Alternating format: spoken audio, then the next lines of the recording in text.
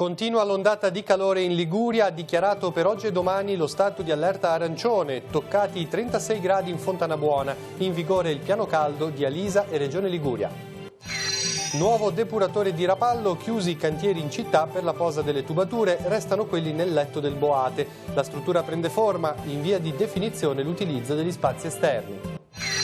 Ogni uomo ha su di sé lo sguardo di Dio, così il Vescovo nella messa per San Giovanni Battista a Romaggi. Nell'occasione ha ringraziato i benefattori che hanno consentito il restauro della chiesa. Un bando per finanziare al 50% il restauro di un'opera d'arte, lanciato dallo studio Oberto di Genova per il territorio della diocesi di Chiavari. Domande aperte sino al 30 settembre. Buongiorno a tutti, bentornati a Tigullio. Oggi in apertura torniamo a parlare dell'eccezionale ondata di calore che sta interessando gran parte dell'Europa centro-occidentale e da noi sta facendo sentire i suoi massimi effetti nelle regioni del centro-nord. Le temperature massime previste per questo pomeriggio potranno far registrare nuovi record, specie al nord-ovest e Liguria compresa. Intanto è scattato il piano caldo messo in campo dalla Regione e dall'Agenzia regionale per la salute. Oggi e domani sarà allerta arancione. Sentiamo Andrea Capitani. Temperature decisamente al di sopra delle medie stagionali e tassi di umidità medio-alti. Sono queste le condizioni che anche in Liguria hanno fatto scattare l'allerta arancione per caldo, in vigore per la giornata di oggi e quella di domani.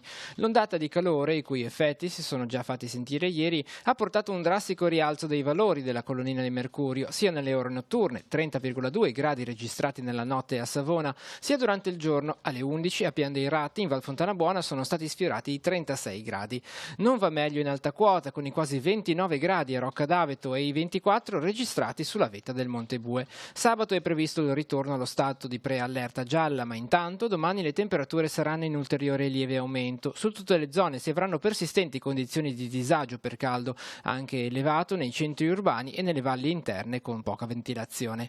Condizioni che hanno fatto scattare il piano caldo elaborato dalla task force creata da Alisa e guidata da Ernesto Pallummeri, coordinatore del centro di riferimento Ligure per le ondate di calore, per definire e monitorare le azioni da mettere in campo in corrispondenza di queste condizioni di rischio. L'invito ai cittadini, soprattutto a chi è nelle fasce maggiormente a rischio, come anziani e bambini, è quello della massima prudenza, osservando con attenzione i consigli diffusi nelle scorse settimane per evitare conseguenze negative sulla salute, come per esempio bere molta acqua, evitando le bibite zuccherate o gassate, non uscire di casa nelle ore più calde della giornata, oppure indossare abiti di cotone o lino di colori chiari.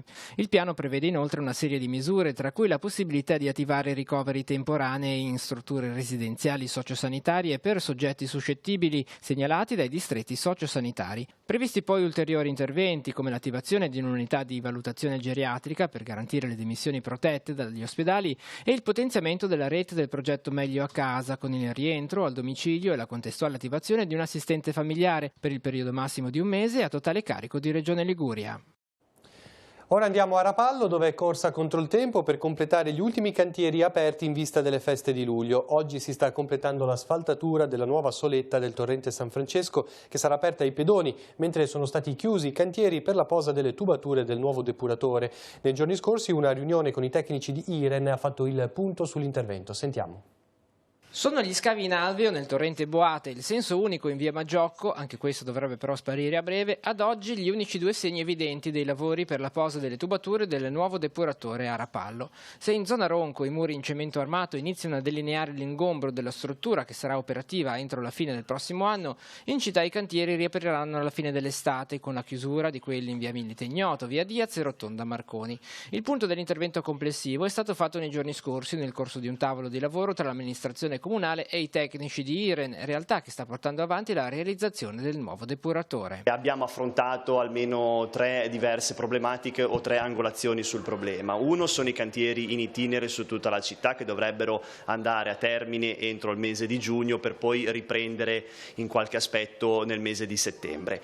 Il completamento del depuratore nella sua fase progettuale più grossa sarà in funzione quindi entro entro l'estate 2020, per poi andare a completare con tutto quello che sono le opere cosiddette di arredo, e proprio su quello l'incontro ha portato aspetti piacevoli per la città di Rapallo, perché andremo a recuperare tutta l'area al di sopra del depuratore con delle parti chiuse con uffici, spogliatoi, e una parte all'esterno dove verrà adibita a centro sportivo, e ora vedremo, stiamo proprio analizzando come fare questi aspetti. Sul fronte dei lavori a lungomare invece in queste ore si andrà a completare l'asfalto sulla nuova soletta del San Francesco. Terminato l'intervento verrà immediatamente riaperto l'accesso pedonale, cosa che permetterà la sera del 3 luglio il passaggio della processione in onore di Nostra Signora di Montallegro. Dopodiché si dovrà aspettare il collaudo per riaprire al traffico veicolare. Stiamo correndo come siamo abituati a fare sulle feste per arrivare pronti per l'1, il 2 e il 3 luglio per onorare la Nostra Signora di Montallegro, quindi dovremmo essere ormai agli sgoccioli, mancano ancora qualche aspetto burocratico, ma ci siamo. Ritorna a Lavagna la pedonalizzazione serale estiva di alcune vie del centro città. Da domani e sino al 15 settembre il provvedimento interesserà via Dante, Piazza della Libertà e via 20 settembre. Dalle 18:30 scatterà il divieto di sosta, mentre dalle 19 quello di circolazione. Il divieto resterà in vigore sino all'1 di notte.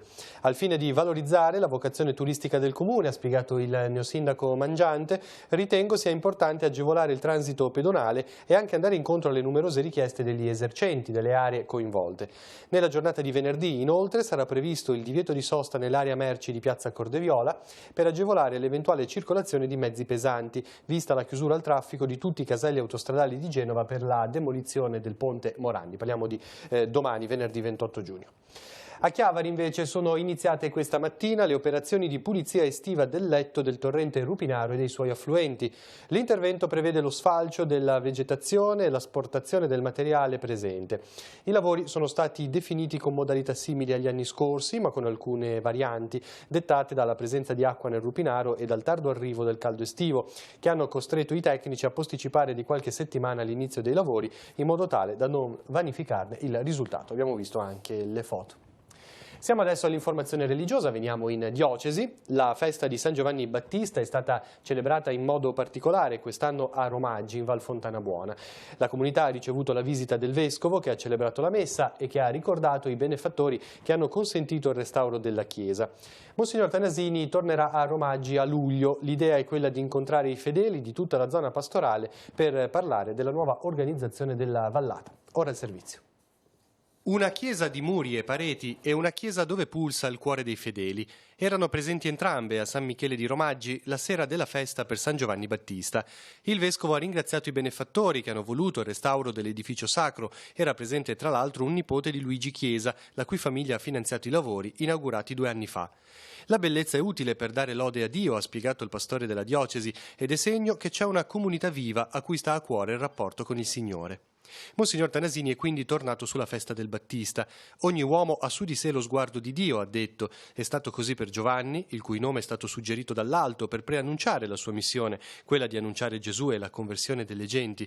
Così è ancora oggi per gli uomini di tutto il mondo. Noi dobbiamo anche ricordare che dall'eternità ha pensato a ciascuno di noi il Padre e per ciascuno di noi ha un progetto di vita da realizzare. Non ci mette nell'obbligo del rotaio del treno di dover essere in qualche modo obbligati a percorrere una strada, ma ci chiama, ci chiama per nome. Tocca a noi rispondere. Pensiamo a questa nostra grandezza, chiamati per nome da Dio.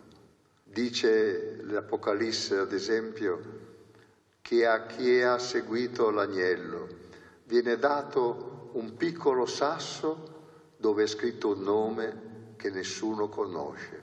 È il nome che ha per te Dio. Ti conosce e ti ama. Sapremo rispondere a questa vocazione. Sapremo vivere la nostra vita chiedendoci con serenità che cosa Dio vuole da me.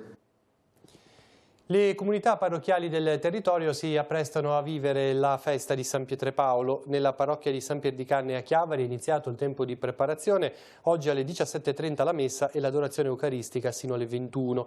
Venerdì 28, domani alle 17 la messa e l'incontro per gli anziani e gli ammalati. Sabato alle 10 le lodi, alle 20:45 i vespri, alle 21 la messa vespertina, cui seguirà la processione nella zona nord del quartiere. Arriva a Trigoso, nella chiesa di San Pietro, ogni pomeriggio alle 18 la messa, sabato alle 20:30 l'Eucaristia presieduta da Don Matteo Prettico seguirà la processione. A Calvari, nella cappella di San Pietro, sabato alle 18 la messa e la processione. E infine a San Pietro di Novella, a Rapallo, oggi e venerdì la messa sarà alle 18:30, sabato 29 alle 10:30 e alle 18:30. Seguirà anche in questo caso la processione lungo le vie del quartiere. C'è tempo sino al 30 di settembre per partecipare al bando di finanziamento per il restauro di un'opera d'arte custodita all'interno di un luogo di culto della diocesi di Chiavari. Si tratta di un'iniziativa dello studio Oberto di Genova che, per ricordare il suo fondatore, Martino Oberto, mette a disposizione 5.000 euro per cofinanziare al 50% l'intervento. Sentiamo. Gli enti, non solo ecclesiastici ma anche senza scopo di lucro, associazioni, potranno rivolgersi allo studio e mandare via mail delle domande oppure direttamente una raccomandata con le fotografie, con le dimensioni e altri documenti che poi verranno richiesti all'interno del bando di beni mobili, perché noi ci occupiamo di beni mobili, cioè dipinti su tele e su tavola o sculture lignee policrome, che ovviamente necessitano di restauro. Chi avesse appunto in custodia un'opera d'arte che volesse restaurare ma non avesse la totalità dei fondi per poterlo fare, può partecipare a questo bando con determinati requisiti, tra cui appunto quello di avere un capitale da investire nell'opera che si vuole restaurare. Voi curerete totalmente poi le fasi di restauro per restituire a nuova luce proprio quest'opera. Noi abbiamo indicato una cifra massima, anche perché il primo anno cosa facciamo, vediamo un po' cosa succede, di 5.000 euro come 50% del restauro. L'ente che si aggiudicherà il premio avrà il restauro realizzato da noi, sempre in accordo con la sovrintendenza, con la direzione lavori, nel quale saranno comprese anche indagini non invasive sponsorizzate dalla ditta Geospectra di Genova e dalla dottoressa Martini, e verrà anche garantito un progetto di valorizzazione, quindi se sarà a vincere ad esempio una chiesa dell'entroterra un po' sperduta, cercheremo anche di valorizzare il territorio e i beni di quella chiesa. Ecco, la vostra è sia una professione ma anche una passione. Il fondatore Martino Oberto nel 1950 ha fondato il suo studio. Che cosa si nasconde dietro comunque al recuperare e portare all'antico splendore un'opera d'arte, una statua, un quadro? Si nasconde tanto studio e tanta ricerca. Già Martino era molto all'avanguardia perché già negli anni 50 faceva le radiografie e le riflettografie, che sono indagini non invasive per scoprire che cosa sta sotto l'apparente colore che vediamo. Noi oggi portiamo avanti tutte le sue ricerche e prima di iniziare a toccare l'opera bisogna studiarla e fare delle analisi approfondite per cercare di capire lo stato di salute dell'opera. Questa notte è stata danneggiata la struttura che ospita la pesca di beneficenza di piazza Nostra Signora dell'Orto a Chiavari. A scoprire le lamiere divelte questa mattina intorno alle 6 i volontari della Società Operaia Cattolica che gestiscono la lotteria nei giorni delle feste di luglio. Visionando le telecamere della videosorveglianza, la Polizia Municipale ha ricostruito l'accaduto. Il camioncino della nettezza urbana, nel fare retromarcia, spiega il comandante, ha colpito la struttura. Sul posto questa mattina anche i carabinieri. L'azienda che si occupa della raccolta dei rifiuti risponderà del danno, conclude il comandante dei vigili urbani. Intanto oggi la pesca di beneficenza rimarrà chiusa. Per fortuna è stata trovata una ditta che domani monterà una struttura di pali innocenti e che proverà a recuperare le lamiere non danneggiate. La lotteria così potrebbe riaprire sabato. Ora spazio all'economia. Il 30 giugno è l'ultimo giorno utile per ottenere l'esonero dal pagamento del canone TV in bolletta per il secondo semestre 2019. Dal 1 luglio scatta invece l'invio del documento di non detenzione per il 2020. Chi non ha la TV in casa dovrà dichiararlo, naturalmente sotto la propria responsabilità. Vediamo la scheda della settimana.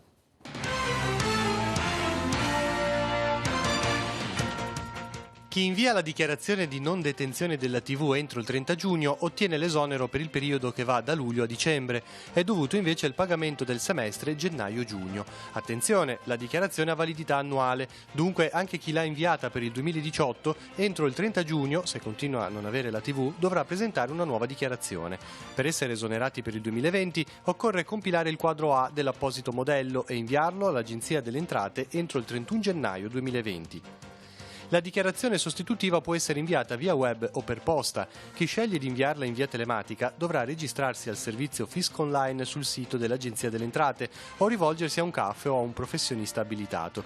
Se si sceglie per la spedizione postale, il documento va indirizzato, in plico raccomandato senza busta e accompagnato da un documento di riconoscimento, all'Agenzia delle Entrate. Ultima modalità disponibile è l'invio tramite PEC. La dichiarazione, sottoscritta con firma digitale, va spedita alla mail cp22.sat@postacertificata.rai.it. Il canone si paga una volta sola all'anno per ogni famiglia anagrafica, a condizione che i familiari abbiano la residenza nella stessa abitazione.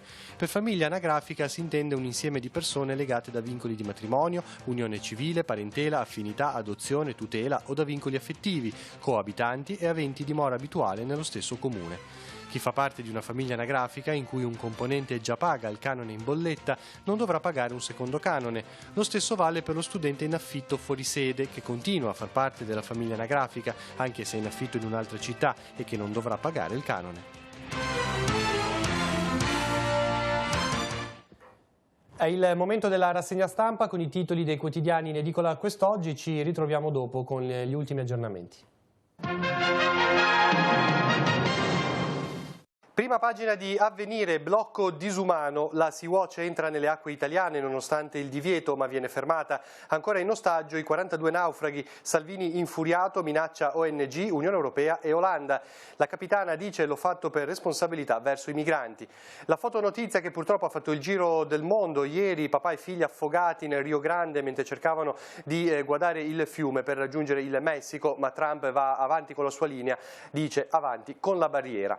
All'interno del quotidiano cattolico, lavoro, altro anno nero. Secondo il rapporto annuale dell'INAIL, le vittime sono in forte aumento e l'istituto lancia l'allarme, mancano ispettori per i controlli più efficaci. In primo piano sul secolo XIX, ancora la Sea-Watch che forza il blocco, Salvini non ci sta, arrestiamoli. Intanto confessa il killer del politico assassinato in Germania, il movente era a favore dei migranti. All'interno del secolo oggi ci sono 2 pagine dedicate alle operazioni di demolizione con l'esplosivo del ponte Morandi, con tutte le disposizioni prese dal comune di Genova e la sequenza oraria dell'operazione. Il titolo: l'ultimo giorno del Morandi. Adesso la prima pagina del Levante, l'ultima mezz'ora di vita di Orazio Pino, ripresa dalle telecamere, l'omicidio del pentito di Chiavari. Gli inquirenti hanno studiato i movimenti della vittima e del presunto assassino, ricostruendo i percorsi attraverso le immagini della videosorveglianza. All'interno il piano dell'ASL 4 per il caldo, allertati anche i medici di famiglia, ospedali pronti a far fronte al picco dell'innalzamento delle temperature, gli esperti raccomandano di non stare all'aperto nelle ore più calde della giornata. E infine a Rapallo sono stati attribuiti gli incarichi di peso ai consiglieri comunali, il commercio a tasso, le frazioni a proietto, Pellerano mantiene lo sport, pubblica istruzione a Mastrangelo. Dal patrono l'esempio di generosità e coraggio, apre così il cittadino di questa settimana sulla solennità di San Giovanni Battista con la processione e la benedizione del mare lo scorso 24 giugno. All'interno del giornale le omelie integrali dell'arcivescovo della giornata. Taglio centrale dedicato all'ordinazione episcopale di Monsignor Alberto Lorenzelli, è l'ex direttore dell'Istituto Don Bosco di San Pierdarena, ordinato dal Papa in San Pietro lo scorso sabato 22 giugno. Sarà vescovo ausiliare di Santiago del Cile. Di spalla in prima pagina il richiamo del pellegrinaggio dell'Unità al Sia Lourdes con un gruppo di giovani volontari della pastorale giovanile accompagnati da Monsignor Nicolò Anselmi, vescovo ausiliare. All'interno le testimonianze dei ragazzi su questa esperienza di servizio con i malati. Tutte le altre notizie nelle pagine del giornale e sul nostro sito www.ilcittadino.ge.it.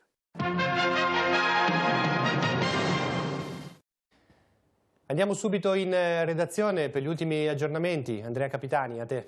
Grazie Maurizio, buongiorno a tutti. La cronaca: un incendio ha interessato parte di un appartamento di via Entella a Chiavari. È successo questa notte, le persone all'interno dell'abitazione sono state fatte evacuare per precauzione. Il rogo comunque è stato domato prontamente dai vigili del fuoco, subito accorsi sul posto, e non ci sono state conseguenze per le persone. L'intervento poi si è concluso con la bonifica in nottata. E tu date la linea. Bene, grazie. Una notizia sportiva in conclusione. Inizia questa sera a Verzi la 12ª edizione del torneo dell'amicizia di bocce organizzato dalle parrocchie della Val Malvaro, Verzi, Monteghirfo, Lorsica, Favale e Castanielo. I partecipanti, tra adulti e bambini, sono 44, con una forte partecipazione di giocatrici esordienti. Le gare si svolgeranno nei diversi campi da gioco delle parrocchie sino a venerdì 5 luglio, quando a Castanielo si disputeranno le finali e ci sarà la cerimonia di premiazione. Anche quest'anno, per accrescere l'amicizia tra le persone delle varie comunità, è richiesta la partecipazione dei bambini al gioco in coppia con un adulto, in modo da favorire il tramandarsi tra le generazioni di questo gioco. L'iniziativa ha uno sfondo di solidarietà, il ricavato infatti sarà devoluto alla Croce Rossa di Cicagna. Infine, con il sostegno di alcuni generosi artigiani e di aziende locali, sono stati preparati premi speciali per i vincitori. Era l'ultima notizia del nostro telegiornale. Continuate a seguirci sul sito teleradiopace.com e sul canale All News 187. Noi ci ritroviamo questa sera alle 19:15 con TV Gli Oggi. Grazie per l'attenzione e buon proseguimento di giornata.